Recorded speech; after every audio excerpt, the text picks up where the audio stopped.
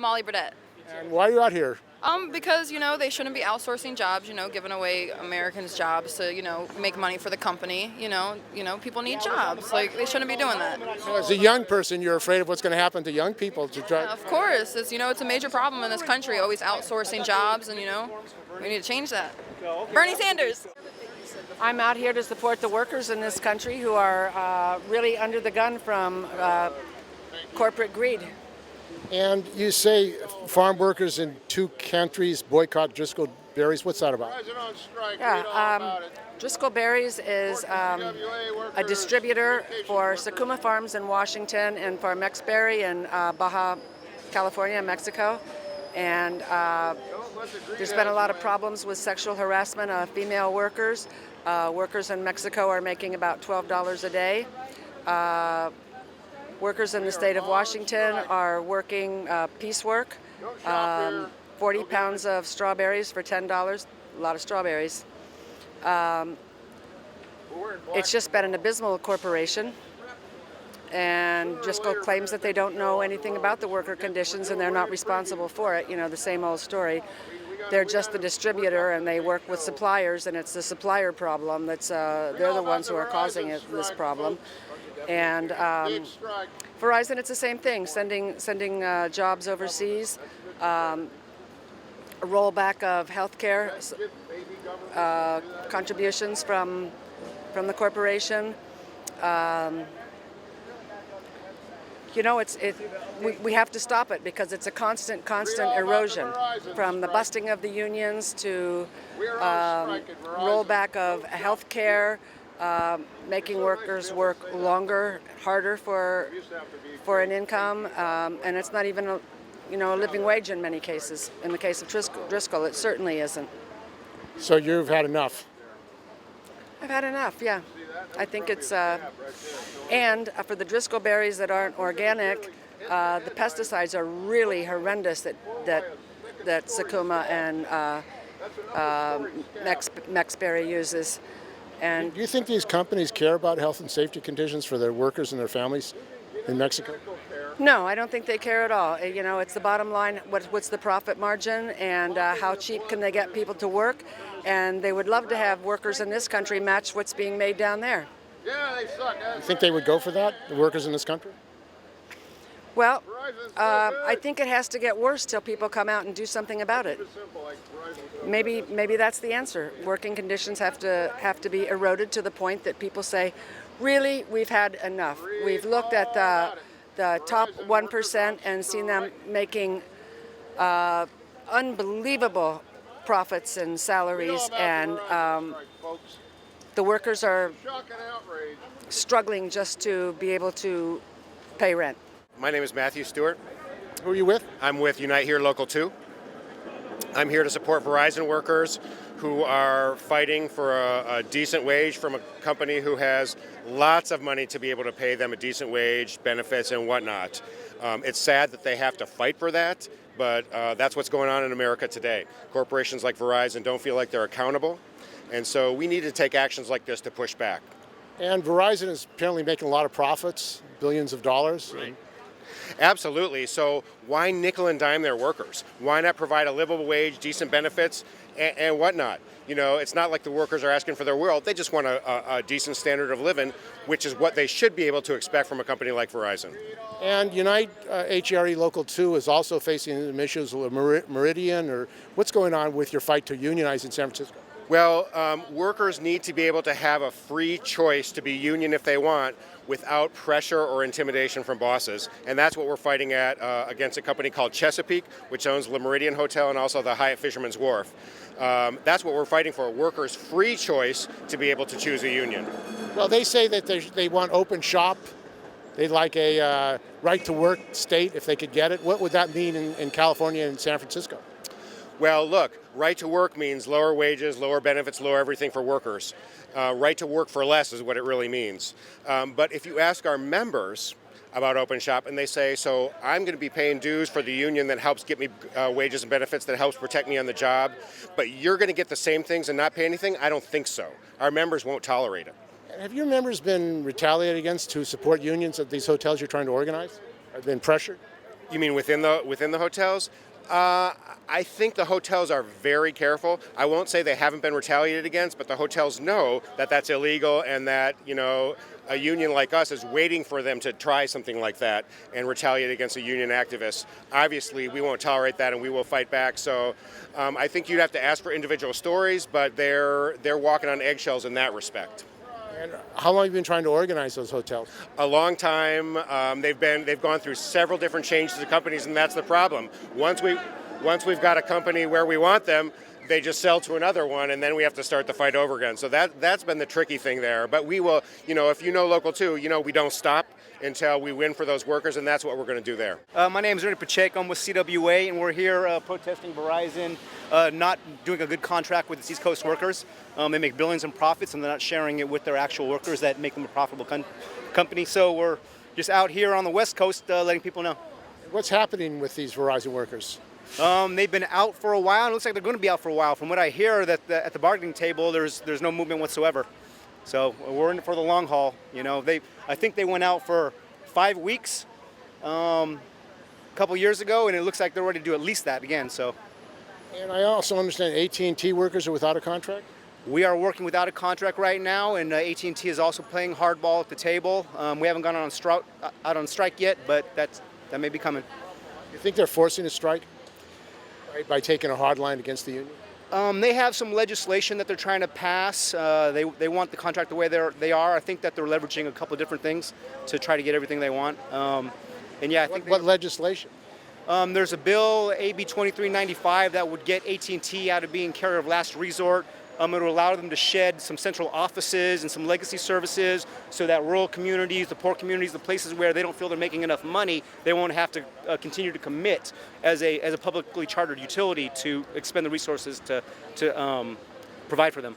And it seems like they only want to go where there's profits? Well, I mean, that's always been the case, yeah. Do you think they should be publicly run? I mean, why should you have them making decisions for the public? Well, I mean, they're an existing private utility. I mean, so it would be nice to snap our finger and they'd go away. But absolutely, communications, like power, like water, should be public. They should be public organizations. And here in San Francisco, we have community aggregation coming online all around the state. So we're moving towards that way, but it doesn't look like anytime soon we're going to be able to have a public telecom. So we have to deal with the way that it is right now. And they're playing hardball, and they're continuing to try to, like I said, shed services to those that they don't find enough profit in. And this outsourcing, everybody being made a temporary worker, is that what they would like to do with the AT&T workers? It seems to be a long-term strategy of theirs. Where they can, they outsource out of country for their call centers, and where they can't, they outsource to the red states. We've lost hundreds of jobs here in California over the past couple years, and like with this particular bill that they're pushing and with these negotiation talks, it looks like they're just trying to continue that. And what's the future for telecom workers? It seems like they're being outsourced. Most of the telecom industry, more and more of it now, is non-union. Yeah, well, if CWA has anything to say about it, they are going to continue to be an organized workforce, and they're going to be good jobs, paying jobs, and we're going to provide a public benefit. Do you think there should be united bargaining of all telecom workers in the United States? I mean, it seems like they're all divided up. They negotiate separately. They're pitted against one another by the telecoms. I mean, there's really no united front of all telecom workers. If you're talking about how the different districts negotiate their contracts at different times, just personally, I think that it would be a strong position if we all did it at once. That's something that has been worked on, and personally, it's probably an effective tactic, but we're not there yet. Your name? My name is Larry Yee, Local 9410 here in San Francisco. We're here on behalf of our brothers and sisters over in the East Coast. The Verizon's members is, I guess they're out on a strike, and they're fighting for good jobs for working Americans and making sure that the future is good for all of us. And 40,000 workers, that's a lot of workers. Yes, but it's not the 40,000 workers that are affected. You're talking about the next generations of workers. You're talking about millions of workers that we are fighting, making sure that we are not, I guess, raced to the bottom. We need to make sure these jobs can make these families where they can have a good paying job and live a decent life, and making sure that they don't work 2 to 3 jobs and then just to make a living and just to survive. You can't do that. Corporate America needs to stand up, understand that It's not their compensation. It is ours, all of ours. And instead of taking and giving back to the workers who made it successful, they're taking it away. And then I think what we should do is change that tax structure, make sure the compensation is taxed at the structure before this all happened in 1980. We need to go back to before the trickle down economics. It has to stop. And you work for AT&T. I mean, what's happening at AT&T? Are they taking a hard line as well against the CWA? AT&T in our negotiation currently is going. I'm gonna defer it to our, bargaining team. I will just say that we've been bargaining for the last month, and seems like they're doing regressive offers. So they want to take away from you. That's called the greedy corporations syndrome. They never have enough. Huh? It seems like it's never enough for them. It is off the back of the workers that they're taking off. And so how many AT&T workers are without a contract here on the West Coast? In this, in our District 9, we're looking at 16,000 workers. So, are we willing to pull the trigger? You look at the East Coast. It's run by Chris Shelton, our national president. He's been in these fights before. He understands the ramification that affects not just CWA workers, but all workers, making sure that we get a fair contract and livable and just fighting for fairness for us. Well, I'm Carl Hall. I'm the executive officer of the Media Workers Guild. I'm a newspaper reporter by trade, but I support the Verizon workers. I've been out here before. The AT&T workers need a contract. These guys need a contract, and I think it's great to see the CWA starting to push back in a big way against these greedy heads that have just got the wrong idea about how to treat their customers and their workers. We have the same issues in the news business. Right now we've got a big battle going on with Digital First Media, one of the big newspaper companies. And I know the troubles in the newspaper business very well. And all I like to say is the way to solve it is not by screwing the working people. And Digital First Media, they just closed down the Oakland Tribune. How is that affecting working people, the public in the Bay Area, as far as closures and layoff of newspaper workers? Well, it's less quality journalism. You got less journalism being done. That's all there is to it. We lost about 20 people in consolidation. The Oakland Tribune is one of the great nameplates in journalism history. It's not completely disappeared. It's turned into a weekly insert into the new thing, which is called the East Bay Times. And I for one, I call people, I say, subscribe to the East Bay Times. Let's see what it looks like. Let's give it a shot, okay? The employer says they're going to make it better, more focused. There may be some business sense in doing some changes in the setup here. But the fact is that when they cut the staff, they cut the journalists, they cut the journalism, and that means less quality journalism for the city. And it seems like that's happening all over the country, all over the world. Well, I guess so. I mean, the thing is, journalism is in an upheaval because the economic model has collapsed. And unfortunately, the corporate decision makers who are still sort of snacking on the remnants of the newspaper business are typically bottom fishing, vultures or those kind of investors. So they're not really interested in news business. No. Well, they're interested in trying to make some money out of it. They buy very low asset prices. They try to turn it around. They strip off the real estate. They cut the costs. That's their strategy. It ends up with no business left for the long haul. The newspaper is a vulnerable business. It needs to be surrounded by stable assets. That's how families managed to run newspapers through the depressions and the wars. They saw it as a community service. A lot of them are right-wing themselves, of course, so I'm not saying it's all peaches and cream when local rich people own the newspaper. But at least they had some commitment to keep it around and keep it going and get through the lean times. And maybe they had a big building downtown. They could lease it out. There's a lot of stuff you can do if you have hard assets, protecting your net income. But in this case, they've stripped these newspapers bare of any kind of support. It's turned into just a really rotten situation. And all I can say is I don't know where it's going to go, but if they keep on this track, not too much professional journalism is going to be left in this country. John Dugan, District 9. This is a solidarity action in support of the 40,000 striking Verizon workers back east, CWA and IBEW. This is the beginning of their fourth week on strike.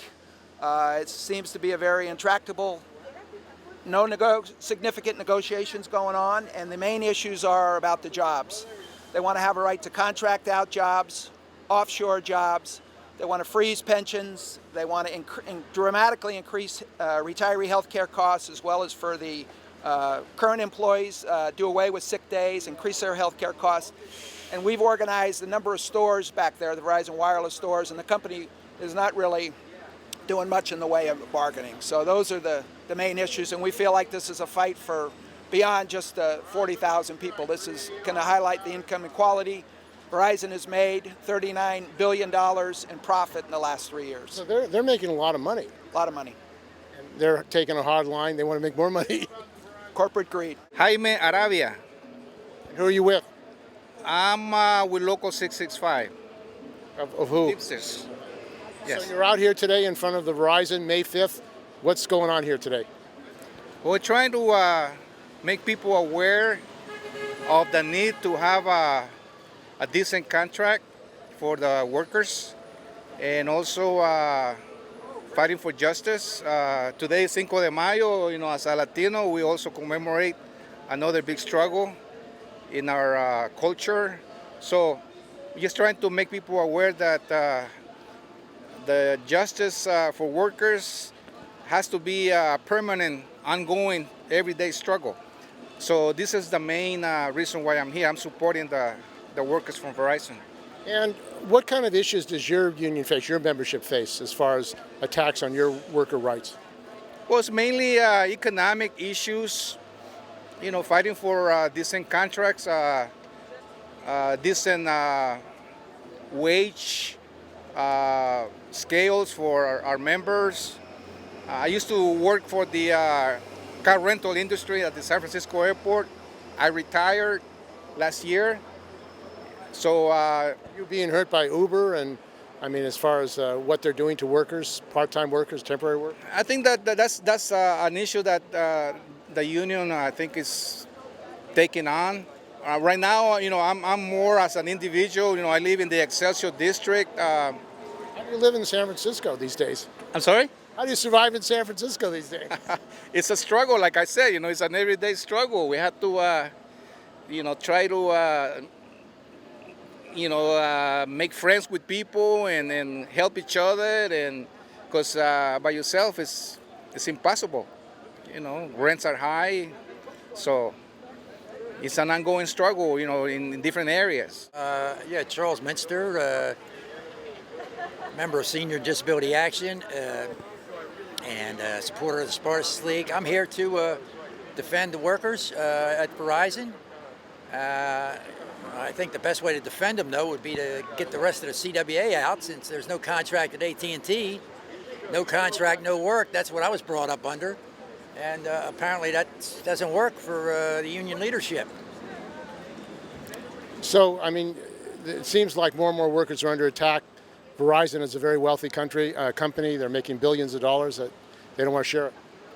Well, certainly. They want to, actually, the capitalist rate of profit has been declining in recent decades. So the only way they can make more is by busting the unions, farming out work to low pay or third world countries. So yeah, the unions are in the firing line of Verizon's corporate structure. They want more profit for their shareholders. The hell with the workers.